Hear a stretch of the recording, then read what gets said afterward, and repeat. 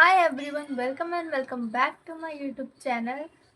इस वीडियो में हम फाइनली बात करने वाले हैं मैथ्स के बारे में। मोस्टली स्टूडेंट्स को लगता है मैथ्स सबसे टफेस्ट है। क्लास 12 की मैथ्स ये है, क्लास 12 की मैथ्स वो है, क्लास 12 में मैथ्स लेनी नहीं चाहिए, उसमें बहुत मुश्किल से मार्क्स आते हैं, मैथ्स की वजह से हमारी परसेंटेज डाउन जा सकती है। बट मैं इस वीडियो में क्लियर करने वाली हूँ कि मैथ्स एक ऐसा सब्जेक्ट है जिसमें हर एक स्टेप के मार्क्स मिलते हैं। तो देखो, अगर तुमने इसको अच्छे से कर लिया तो तुम्हारी परसेंटेज ही बहुत बूस्टअप करने वाला है। अगर तुम भी 2026 बोर्ड्स में 90 प्लस एम कर रहे हो मैथ्स के सब्जेक्ट में, तो ये वीडियो तुम्हारे लिए है। देखो, मैं इस वीडियो में strategies, exam hacks, last minute tips and all formulas tips सब शेयर करने वाली हूँ, तो इस वीडियो में बने रहना। Watch till the end and I will reveal some secret last minute hacks for you. देखो, सबसे पहले मैथ्स को समझते हैं कि मैथ्स का पेपर आता कैसे है। Understanding the paper is the most important step. अगर आपको तुम्हें पता ही नहीं है कि पेपर में आना क्या है, किस बारे में आना है, कैसे आना है, किस पैटर्न में आना है, तो फिर आप करोगे क्या पेपर में। देखो, मैथ्स एक स्टेप मार्किंग सब्जेक्ट है। अगर आपका आंसर पूरा गलत भी हो, जो भी आपने स्टेप्स करे हैं, एक एक स्टेप के आपको मार्क्स मिलेंगे। तो चाहे आप आंसर करो गलत, बट मार्क्स आपको मिलेंगे ही। बट आपको उसके लिए क्वेश्चन को सॉल्व करना पड़ेगा। ऐसा नहीं है कि आपको आता ही नहीं क्वेश्चन तो आपने छोड़ दिया। आप उसमें कुछ भी सॉल्व कर दो जैसा कि आपको आता है, थोड़ा बहुत बैठा होगा दिमाग में, वो आप उसको सॉल्व कर दो जैसे भी करोगे, आपको उसके मार्क्स मिलेंगे ही मिलेंगे। तो देखो, क्वेश्चन पेपर का पैटर्न ये होता है, 20% ईजी होता है, 20% टफ होता है। जो बाकी का 60% होता है वो मॉडरेट होता है। कोई भी एवरेज बच्चा 80% पेपर कर ही लेगा। तो जो 20% होता है, आप उसको प्रैक्टिस करो अच्छे से, ताकि आप पूरा 100% कर सको उसको। मैथ्स के लिए focus on NCERT and previous year question papers. Mostly 70 और 80% पेपर वहीं से आता है। देखो, मैथ्स के लिए सबसे इम्पॉर्टेंट टिप, सबसे प्रायोरिटी, सबसे टॉप टिप कि मैथ्स के लिए एनसीईआरटी बहुत इंपॉर्टेंट है। अगर आप रेफरेंस बुक्स के पीछे भागते रहोगे तो इससे कुछ नहीं होगा।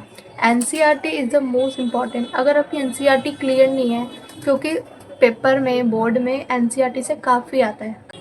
Make your NCERT crystal clear, then go for reference books.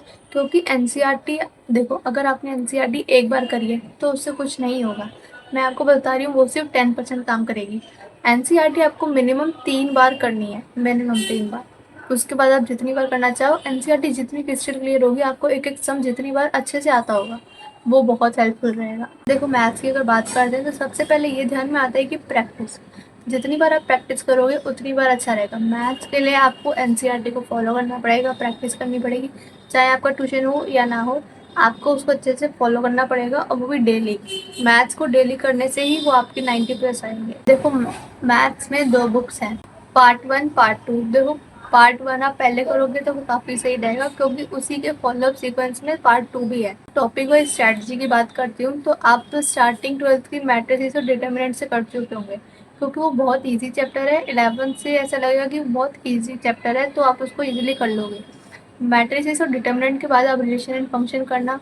देखो, रिलेशंस और फंक्शंस में थ्योरेटिकल क्वेश्चंस हैं, नंबर्स, ट्रिगोनोमेट्री में भी बहुत सही क्वेश्चंस हैं, तो वो भी बहुत इजीली हो जाएगा। स्टैंडर्ड क्वेश्चंस और डेफिनेशंस और थ्योरेटिकल आंसर्स हैं, तो उसमें आपको अच्छे से करना पड़ेगा। जो रिलेशन एंड फंक्शन है वो खासकर, क्योंकि उससे ना केस स्टडीज ज़्यादा आती है मैथ्स में, लॉन्ग क्वेश्चन ज़्यादा आते हैं। Relation and function, inverse trigonometry, matrices, determinant, ये 4 चैप्टर बहुत अच्छे से करोगे और बहुत जल्दी भी हो जाएंगे, क्योंकि बहुत इजी और टाइम कंज्यूमिंग भी नहीं है, तो अच्छे से हो जाएगा। उसके बाद आता है डेरिवेटिव्स, एप्लीकेशन ऑफ डेरिवेटिव्स। मेरे ख्याल से डेरिवेटिव्स भी आपसे हो जाएंगे, दिक्कत आती है एप्लीकेशन ऑफ डेरिवेटिव्स में। तो देखो, डेरिवेटिव्स के लिए आपको प्रैक्टिस करनी पड़ेगी, प्रैक्टिस एवरी डे, क्योंकि डेरिवेटिव जितने अच्छे से क्लियर होंगे, इंटीग्रेशन उतनी अच्छे से होगी।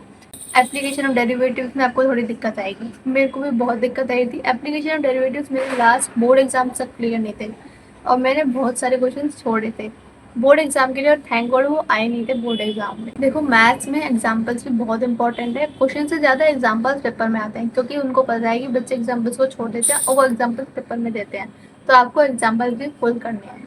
सो देखो, जैसे आपका डेरिवेटिव है, एप्लीकेशन ऑफ डेरिवेटिव्स खत्म होगा, फिर आप आओगे इंटीग्रेशन पे।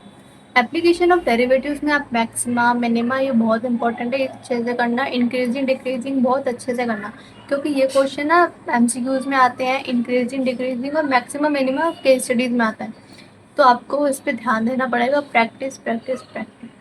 अब देखो इंटीग्रेशन अब पे आप जैसे ही आओगे आपका 1 मंथ या 1.5 मंथ जाएगा इंटीग्रेशन में, क्योंकि इंटीग्रेशन स्टार्टिंग में तो जो एक्सरसाइज है वो हो जाएंगी क्योंकि वो नॉर्मल डेरिवेटिव्स पे है, बट जो लास्ट की एक्सरसाइज है, मिड की एक्सरसाइज है, बहुत टाइम कंज्यूमिंग है। एक एक क्वेश्चन आपको करना होता है और एक बार आपने चैप्टर कर लिया आपको कुछ समझ नहीं आएगा ज़्यादा, थोड़ा बहुत जो कंसेप्ट क्लियर होंगे थोड़े होंगे, फिर आपको वो दोबारा इंटीग्रेशन करना पड़ेगा, क्योंकि जब थिंक 11 एक्सरसाइज इंटीग्रेशन में जब तक आप 11th में पहुंचोगे और मिसलेनियस करोगे तब तक आप 1 2 3 भूल चुके होगे। तो अगेन इंटीग्रेशन 2 बार करना पड़ेगा आपको, बट जब इंटीग्रेशन करोगे तब उसको 2 बार ही करना पड़ेगा। फिर आप एप्लीकेशन ऑफ इंटीग्रेशन पे आओगे, उससे भी 5 मार्क्स का क्वेश्चन आता है। मेरे पेपर में 5 मार्क्स का क्वेश्चन आया था और मैंने जितने भी प्रीवियस ईयर क्वेश्चन पेपर देखे उसमें 4 3 मार्क्स का आता ही है, क्योंकि ये भी बहुत इंपॉर्टेंट चैप्टर है। बहुत छोटा कर दिया चैप्टर, बच्चों को लगता है कि इसमें से क्या ही आएगा, 2 दिन क्वेश्चन है, बट वही घुमा फिरा के 5 मार्क्स का क्वेश्चन आता है। देखो कैलकुलस वाली जो सेक्शन है उसमें प्रैक्टिस बहुत इंपॉर्टेंट है। एक एक क्वेश्चन आपको करना पड़ेगा, डेली करना पड़ेगा, बहुत अच्छे से करना पड़ेगा। उसके उसके बाद वेक्टर और 3D का पूरा एक पार्ट है। 3D तो बहुत अच्छे से हो जाएगी, बट वेक्टर पर पहले आपको वेक्टर करना पड़ेगा क्योंकि दोनों लिंक है चैप्टर। वेक्टर आप करोगे तो 3D के कंसेप्ट क्लियर हो जाएंगे, जब तक वेक्टर खत्म होगा 3D के कंसेप्ट आ चुके होंगे, और फिर जब 3D अच्छे से कर लोगे तो आपको दोबारा वेक्टर फिर करना पड़ेगा, क्योंकि उससे दोनों से लिंक होकर आपकी अच्छी प्रैक्टिस हो जाएगी। देखो वेक्टर्स में आपको डायग्राम्स अच्छे से बनाने पड़ेंगे, जो आपकी एरोज होती है, एप्लीकेशन होती है वेक्टर्स की, वो आपको स्ट्रेट करने पड़ेंगे पेपर में, अच्छे से लिखने पड़ेंगे। देखो डिफरेंशियल इक्वेशन की बात करें तो वो भी एक ऐसा चैप्टर है, टाइम कंज्यूमिंग चैप्टर है। स्टार्टिंग की एक्सरसाइज तो अच्छे से हो जाएगी, बट लास्ट की एक्सरसाइज में वो टाइम कंज्यूमिंग है। पूरी 12th में सबसे ईजी चैप्टर लीनियर प्रोग्रामिंग है।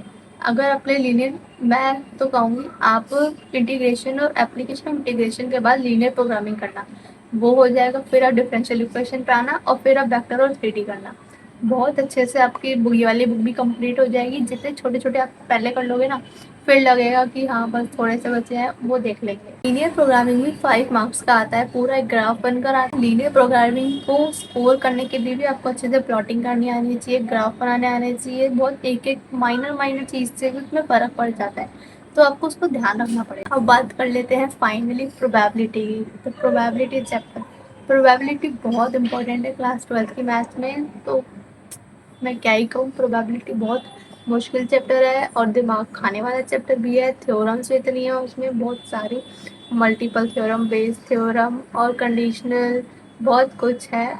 तो उसके लिए आपको वही सेम चीज़ें सबके लिए, practice practice practice is the key, और कंसिस्टेंट रहना भी बहुत ज़रूरी है मैथ्स के लिए। अभी देखो प्रैक्टिस स्ट्रेटेजी की बात करते हैं, तो प्रैक्टिस स्ट्रेटेजी के लिए आपको डेली उसकी प्रैक्टिस करनी पड़ेगी।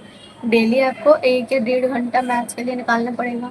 और मैं तो कहती हूँ जैसे ही आपका चैप्टर ख़त्म होगा आप उसके 10 question, minimum 10 question previous year निकालो और उसका टेस्ट दो। देखो आपको कुछ समझ आते हैं या नहीं आते हैं, उससे आपको पता चलेगा। और use a timer by solving this, ताकि आपको पता चले आपका टाइम मैनेजमेंट कैसा है, पेपर में आप कितने टाइम में कितना क्वेश्चन कर सकते हो, तो इसकी प्रैक्टिस भी हो जाएगी। और देखो मैथ्स में प्रेजेंटेशन इज द की, जितना आप स्टेप को क्लैरिफाई करते हुए बिल्कुल क्लैरिटी से लिखते जाओगे ना, उतने आपको मार्क्स अच्छे से मिलेंगे। तो आपको स्टेप बाय स्टेप करने की अभी से आदत डाल लेना, ताकि लास्ट में कोई दिक्कत ना हो। मैंने देखा मैथ्स में सब लोग आधा क्वेश्चन इधर फिर इधर कर लेते हैं, घुचर पुचर कर लेते हैं, तो आपको उसको लॉजिकली प्रेजेंटेबली लिखना है। आपको एग्ज़ाम हॉल स्ट्रैटेजी की मैं बात करूँ तो एग्ज़ाम हॉल स्ट्रैटेजी के लिए आपको टाइम मैनेजमेंट बहुत अच्छे से करना पड़ेगा। अगर आप ईजीएस्ट सेक्शन स्टार्ट करते हो तो उससे आपका कॉन्फिडेंस भी बिल्ड होगा। जो क्वेश्चन नहीं आते होंगे उनको एंड में छोड़ देना, ताकि जो आते हो वो भी ना रह जाए। अब देखो जो स्टार्टिंग के 15 मिनट मिलते हैं उसको आपको एमसीक्यू सॉल्व करना है। मैं नहीं कहूँगी कि बिल्कुल 15 मिनट में आप पूरा पेपर पढ़ो कि क्या क्या है, आपको बिल्कुल पूरा पेपर नहीं पढ़ना है। 15 मिनट में आपको सिर्फ एमसीक्यू सॉल्व करने हैं और उसको पूरा कॉन्सेंट्रेट कर देना 15 मिनट में, ताकि आप जो बाकी का 3 3 घंटे या 2.5 घंटे का पेपर है आप उसमें बाकी के सेक्शंस को कर सको। एमसीक्यू को पहले ही निपटा दो। अगर में जहाँ ज़रूरत हो मैथ्स में, इन्वर्स ट्रिगो में, लीनियर प्रोग्रामिंग में, वेक्टर्स में, आप डायग्राम्स बना देना। अगर नहीं कहा हो तो भी बना देना, मैथ्स में भी ये चलता है, आपको मार्क्स ही मिलेंगे। और ऐसा मत करना जैसे आपको कोई क्वेश्चन नहीं आता तो आपने उसे छोड़ दिया, आप उसको कुछ ना कुछ सॉल्व ज़रूर करना, ताकि आपको उसके पार्शियल मार्क्स मिले ही मिले। ज़्यादा मार्क्स होंगे उतने ही आपके मार्क्स बढ़ते हुए जाएंगे, ये भी सोचते हुए आप उसको सॉल्व करोगे ना तो बहुत ईजी रहेगा। क्या पता आप सॉल्व करते करते उसका आंसर पे ही पहुँच जाओ। टाइम मैनेजमेंट अच्छे से कर लिया और लास्ट के 15 मिनट बचाने ही हैं आपको। 15 मिनट में आपको पूरा पेपर रीचेक मारना है। मेरा मैथ के पेपर में मैंने टाइम बचाया था, लास्ट में मेरी 2-3 गलतियाँ मेरे को पता चली थी और बाकी की तो घर आके पता ही चली थी कि मैंने क्या-क्या करा था। तो फिर जो बची-खुची गलतियाँ मैंने बचा ली थी, उसके मेरे मार्क्स बच गए। Remember, maths is all about practice and consistency. So if you are not a topper, you can score 90 plus just by solving NCERT, PYQs and being consistent. तो देखो ये 3 चीज़ें आपने अगर आपने फॉलो कर ली तो आप इजीली स्कोर कर सकते हो। मैंने बच्चे देखे हैं जो 50 से 90 प्लस हो जाते हैं वो सिर्फ कंसिस्टेंट होके और NCERT, PYQ को सॉल्व कर ली। अगर आप ऐसा करोगे तो आप इजीली स्कोर कर सकते हो। तो stay focus and trust the process. Time लगेगा धीरे धीरे करके, बट रिजल्ट बहुत अच्छा होगा। If you found this video helpful, do like, share and subscribe. If you want any strategies and tips for any chapter of maths or any subject, you can comment below.